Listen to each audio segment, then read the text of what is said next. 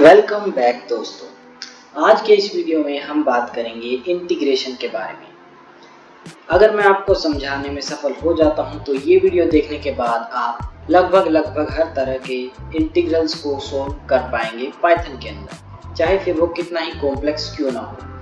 हम यहाँ पर बात करेंगे सिंबॉलिक इंटीग्रेशन की। न्यूमेरिक इंटीग्रेशन को हम फिर किसी वीडियो के लिए छोड़ देते हैं। तो चलिए शुरू करते हैं। इससे पहले अगर आपने मेरी डिफरेंशिएशन वाली वीडियो नहीं देखी है तो आप उसको एक बार देख लीजिए, आपको कंसेप्ट्स अच्छे से समझने में कोई दिक्कत नहीं आएगी। उस वीडियो को आप ऊपर दिए आई बटन पे क्लिक करके देख सकते हैं। तो चलिए देखते हैं। पहले मैं थोड़ा ओवरव्यू दे देता हूँ। वैसे तो आप समझदार लोग हैं, आपको इंटीग्रेशन पता ही होगा, पर फिर भी इंटीग्रेशन जो है एक यूनाइट करने का तरीका है। जैसे कि डिफरेंशिएशन में हम किसी फंक्शन को ब्रेक डाउन करते हैं, इंटीग्रेशन में हम उसका रिवर्स करते हैं, हम उसको यूनाइट करते हैं। यहाँ पर इंटीग्रेशन करने के लिए हम यूज़ करेंगे पाइथन की सिम्पाई लाइब्रेरी और उससे कुछ ऐसे इंटीग्रल सोल्व करेंगे जो कि अगर आप हाथ से सोल्व करें तो बहुत ज़्यादा कॉम्प्लेक्स होंगे, आप उनको कर नहीं पाएंगे, और अगर करेंगे तो इतना ज़्यादा वक्त लग जाएगा कि आप करते ही रह जाएंगे। तो आइए सीधा कोड से शुरू करते हैं। मैं कोशिश करूंगा आपको लाइन बाय लाइन एक एक चीज़ समझाने की, लेकिन फिर भी अगर कोई डाउट रह जाता है तो आप पूछ सकते हैं कमेंट्स में। तो हम यहाँ पर सबसे पहले इंपोर्ट कर रहे हैं सिम्पाई लाइब्रेरी को, जिसको हम यूज़ करने वाले हैं इंटीग्रेशन के लिए। और यहाँ पर हमने सभी सिंबल्स को डिफाइन कर दिया है जो कि हम यूज़ करेंगे इस वीडियो में। Real is equal to true का मतलब ये है कि अगर कभी कोई कॉम्प्लेक्स नंबर की दिक्कत आती है तो हमें सिर्फ रियल आंसर ही पाइथन शो करेगा। हालांकि कम ही चांसेस में आता है, पर फिर भी ये एक अच्छा तरीका रहता है कोडिंग में, एक अच्छी प्रैक्टिस है, आपको फॉलो करनी चाहिए। तो सीधे स्टार्ट करते हैं एक क्वेश्चन से। सबसे पहले हम एक सिंपल क्वेश्चन लेते हैं। साइन एक्स को हमें इंटीग्रेट करना है, तो इसके लिए हमें क्या करना होगा? सबसे पहले हम y के अंदर डिफाइन कर देते हैं y is equal to sine x, और सीधे हमें इंटीग्रेट फंक्शन लगा देना है जो कि हमें सिम्पाई से मिलता है। सीधा उसके अंदर आपको y को डाल देना है और ये देखिए आ गया हमारा आंसर माइनस कोस एक्स। बस इतना आसान है ये।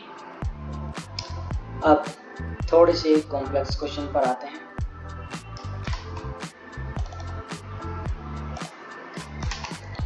y इज इक्वल टू 0 से इन्फिनिटी e की power minus x square dx। अब ये तो था इनडेफिनेट इंटीग्रल, अब ये है डेफिनेट। अब इसमें लिमिट्स किस तरह से डालनी है? y is equal to exp यानी कि एक्सपोनेंशियल, इसके ब्रैकेट में आप जो भी डालेंगे वो e की पावर में चला जाएगा। जैसे माइनस एक्स स्क्वायर, इसका मतलब है e की पावर में माइनस एक्स स्क्वायर। अगेन हम यहाँ पर यूज़ करेंगे इंटीग्रेट फंक्शन और y को हम यहाँ पे डाल देंगे, और दूसरा ब्रैकेट यहाँ पर हमें यूज़ करते हुए तीन चीज़ें डालनी होती है। एक ये कि हम किसके रिस्पेक्ट में इंटीग्रेट कर रहे हैं, जैसे कि dx इसके रिस्पेक्ट में हम इंटीग्रेट कर रहे हैं, वो चीज़ हम यहाँ पर डालेंगे, और लोअर लिमिट और अपर लिमिट। अपर लिमिट इस केस में इन्फिनिटी है, इन्फिनिटी को हम सिम्पाई में ओ से रिप्रेजेंट करते हैं, ओ इन्फिनिटी के लिए। तो इसको चला कर देखते हैं। इसका आंसर आ गया √π/2। हालांकि ये थोड़ा इजी ही था, पर प्रैक्टिस के लिए, आपको समझाने के लिए मैंने कुछ इंटीग्रल्स यहाँ पर डाले हैं, ये देखिए। और मैं चाहता हूँ कि आप इसको सीधा पाइथन में करने से पहले एक बार ज़रूर हाथ से करने का ट्राई करें। आप इसको मैनुअली ट्राई करें कि किस किस तरीके से आप इनको सॉल्व कर सकते हैं। आपको हैंड से करने में कितना वक्त लगा, और फिर आप पाइथन में करके देखिएगा, आपको मज़ा आएगा, इंटरेस्ट बना रहेगा। तो मैंने कुछ अलग अलग तरह के इंटीग्रल्स को यहाँ पर सोल्व किया है। एक और तरीका है इंटीग्रेशन करने का, y डॉट इंटीग्रेट लिखकर भी आप इंटीग्रेट कर सकते हैं। ये भी तरीका एक्सेप्टेड है पाइथन के अंदर। और ये इसका भी इंटीग्रल हो गया। यहाँ पर एक अलजेब्राइक टाइप इंटीग्रेशन भी आपको दिखा देता हूँ। ये देखिए थोड़ा बड़ा इसका आंसर आया है, पर हमें आंसर से मतलब है, बड़े छोटे से क्या। a10 का मतलब यहाँ पर ध्यान देने वाली बात है, a10 का मतलब होता है tan इनवर्स, इसको a10 से रिप्रेजेंट किया जाता है। अब देखते हैं क्या इस तरह के इंटीग्रल को हम पाइथन में सोल्व कर पाते हैं, क्योंकि इन्फिनिटी में कभी कभार हमें दिक्कत आती है, लेकिन सिम्पाई में हमें थोड़ा ईज मिला है। हम इसको भी हैंडल कर सकते हैं, नेगेटिव इन्फिनिटी से पॉजिटिव इन्फिनिटी तक को भी सिम्पाई हैंडल कर लेता है आसानी से। तो यहाँ पर हमने उसी तरह से EXP को यूज़ करते हुए डिफाइन कर दिया है अपना फंक्शन x⁴, और हमें सेम वही तरीका यूज़ करते हुए यहाँ पर हमने लोअर लिमिट दी है। मैंने यहाँ पर दूसरा तरीका यूज़ किया है ताकि आप इससे भी फैमिलियर हो जाएं। तो चलिए कोड को रन करके देखते हैं। ये देखिए, बिना बहुत ज़्यादा वक्त लिए हमारा सोल्यूशन आ गया 3√π/4। तो काफ़ी अच्छा तरीका है, सिंबॉलिकली आपको आंसर मिल रहा है और एकदम एग्जैक्ट आंसर ये मिल रहा है। इसमें कुछ भी अप्रोक्सीमेशन जैसा नहीं है, बिल्कुल एग्जैक्ट आंसर आपको मिलेगा। अब ये देखिए, ट्रिग्नोमेट्रिक इंटीग्रल को भी देख लेते हैं। sin³ cos³ into tan⁴x। मैं मानता हूँ कि अगर आप इसको मैनुअली सोल्व करने जाएंगे तो आपको काफ़ी ज़्यादा वक्त लग जाने वाला है, क्योंकि ये इतना इजी नहीं होने वाला। लेकिन हम तो कंप्यूटर में सोल्व करेंगे तो हमारे लिए तो इजी ही है। ये देखिए, आ गया आपका आंसर। एक झटके में इसने सोल्व कर दिया है। और इसी तरह से आप इसको और लंबा भी कर सकते हैं, जितना चाहे कॉम्प्लेक्सिटी को आप टेस्ट करें। जब आप अपने कोड्स को रन करें, एक्सपेरिमेंट करें कोड के साथ, अलग अलग तरह के इंटीग्रल्स के साथ। अभी के लिए मैं एक थोड़ा कॉम्प्लेक्स इंटीग्रल लेके आया हूँ। इसको हम सॉल्व करने का ट्राई करेंगे, देखते हैं कर पाते हैं कि नहीं, पाइथन इसको हैंडल कर पाता है कि नहीं। तो हमारा इंटीग्रल है y = integration 1 to 2x² J0। अब ये J0 क्या है? ये J0 है Bessel function of first kind. जिसको नहीं पता उसको बता देता हूँ कि एक बेसल डिफरेंशियल इक्वेशन होती है जिसके सॉल्यूशंस होते हैं Bessel functions of first kind and second kind. ये एक बेसल फंक्शन है जो कि रिप्रेजेंट किया जाता है इससे। ये इसकी वैल्यू होती है समेशन 0 से इन्फिनिटी, और ये पूरा का पूरा इसकी वैल्यू होती है। अब आप देखिए, 0 से इन्फिनिटी तक इन सब का जो सम आएगा वो होता है बेसल फंक्शन। और ये इसका ऑर्डर होता है, किस ऑर्डर का फंक्शन है? 0 1 2 3, ये n से डिफाइन होता है, इसको n कहते हैं। तो ये यहाँ पर हम फर्स्ट ऑर्डर का 0 ऑर्डर का बेसल फंक्शन ले रहे हैं। तो चलिए इसको देखते हैं हम किस तरह से हैंडल करेंगे। यहाँ पर हमें मेनली ये x² से मल्टीप्लाई करके इसको इंटीग्रेट करना है। तो पहले हम इस फंक्शन को डिफाइन करते हैं, बेसल फंक्शन को डिफाइन करते हैं। एक फंक्शन की तरह एक सेल्फ मेड फंक्शन इसका डिफाइन करते हैं। तो हमने डेफ फंक्शन यूज किया, इसके अंदर हमने पैरामीटर दिया n को भी हमने 0 लिया, sum1 को हमने 0 किया है क्योंकि हमें सम के अंदर स्टोर करानी है फाइनल वैल्यू। तो यहाँ पर हमने देखने वाली बात यह है कि ये कोड मैंने 0 से 70 यूनिट्स तक के लिए चलाया है। इससे ज़्यादा अगर आप लेते हैं तो बहुत ज़्यादा वक्त लगेगा पाइथन को, और इतने में हमें जितने की ज़रूरत है अच्छी खासी हमें एक्यूरेसी मिल जाती है। 70 टर्म्स को आप यूज़ करेंगे तो आपको 10⁻⁻15 का एरर मिलेगा, मतलब पॉइंट के बाद 15 टर्म्स तक आपको जो आंसर मिलेगा वो सही होगा।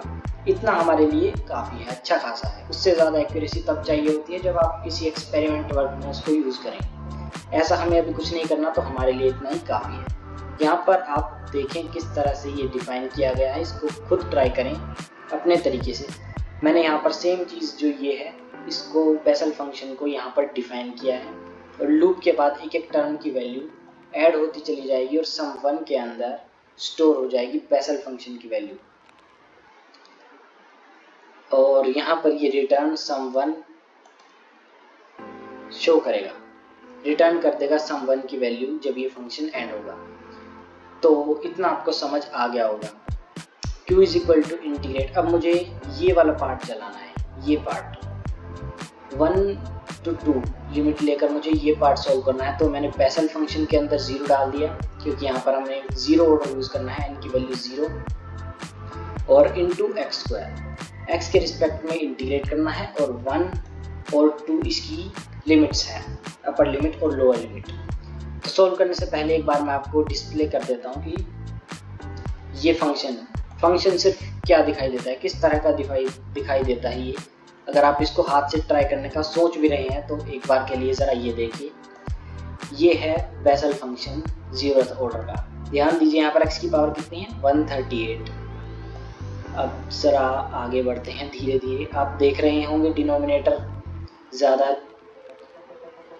छोटा सा है, इतना छोटा है कि आप इसको हाथ से ट्राई करने के बारे में तो नहीं ही सोच रहे होंगे। तो इसको जितना हम एक्सटेंड कर रहे हैं, ये सभी 70 टर्म्स हैं जो हमने यूज़ किए हैं, 71 टर्म्स हैं। और ये देखिए यहाँ से ये शुरू हो रही हैं, ये इसकी एंडिंग है। इतनी सारी टर्म्स इसके अंदर हैं और हम इन्फिनिटी तक लें तो ये बहुत सारी हो जाएंगी। ऐसा हम पाइथन में तो नहीं ही कर सकते हैं, तो इसलिए हमने 70 टर्म्स को लिया है। अब देखते हैं क्यू क्या आया है, क्योंकि हमने इंटीग्रेट करके क्यू के अंदर उसकी वैल्यू स्टोर की है।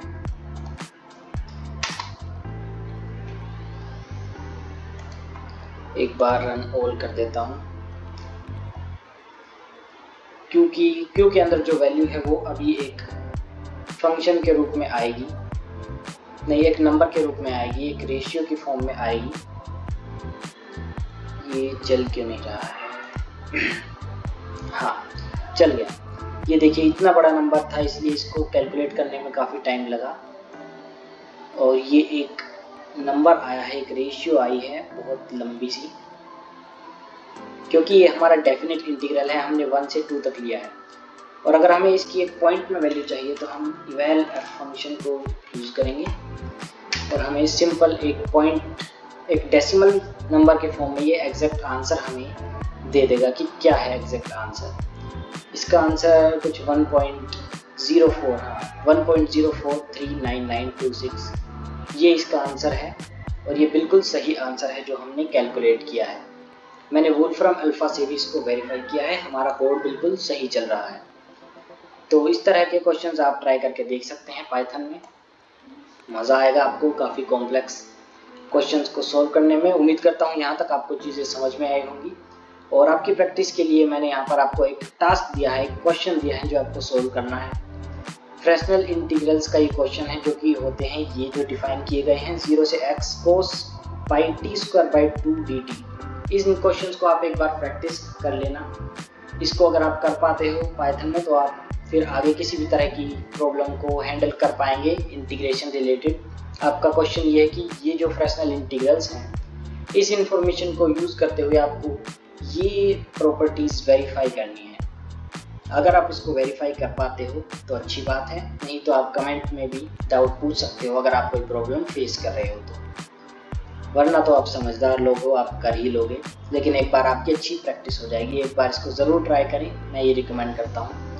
और अगर आपको और एडवांस इंटीग्रेशन के क्वेश्चंस को प्रैक्टिस करना है तो आप गूगल पर जाइए और लिखिए integration and summation by Edward जिन। आपको एक पीडीएफ मिल जाएगा, फ्री टू डाउनलोड पीडीएफ है, कोई दिक्कत नहीं होगी, सीधा आप उसको डाउनलोड कर लें। उसमें बहुत सारे आपको क्वेश्चंस मिल जाएंगे इंटीग्रेशन के जो कि नॉर्मली हैंड से सोल्व करने पर बहुत दिक्कत देते हैं।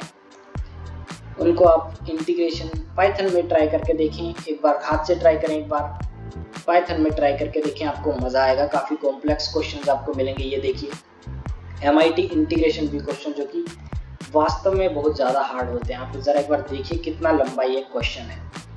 इस तरह के कई क्वेश्चंस आपको मिल जाएंगे, आप इनको ट्राई करके देखिए कि आप सही आंसर ला पाते हो कि नहीं। इससे आपकी थोड़ी प्रैक्टिस हो जाएगी।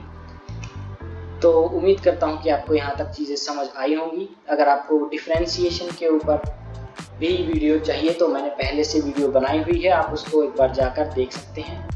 और चैनल को आप सब्सक्राइब करके नोटिफिकेशन बेल को ऑन कर दें, क्योंकि नेक्स्ट वीडियो आने वाली है डिफरेंशियल इक्वेशंस में, जिसमें मैं लगभग हर तरह की ऑर्डिनरी डिफरेंशियल इक्वेशन आपके लिए सॉल्व करना सिखाऊंगा पाइथन के अंदर।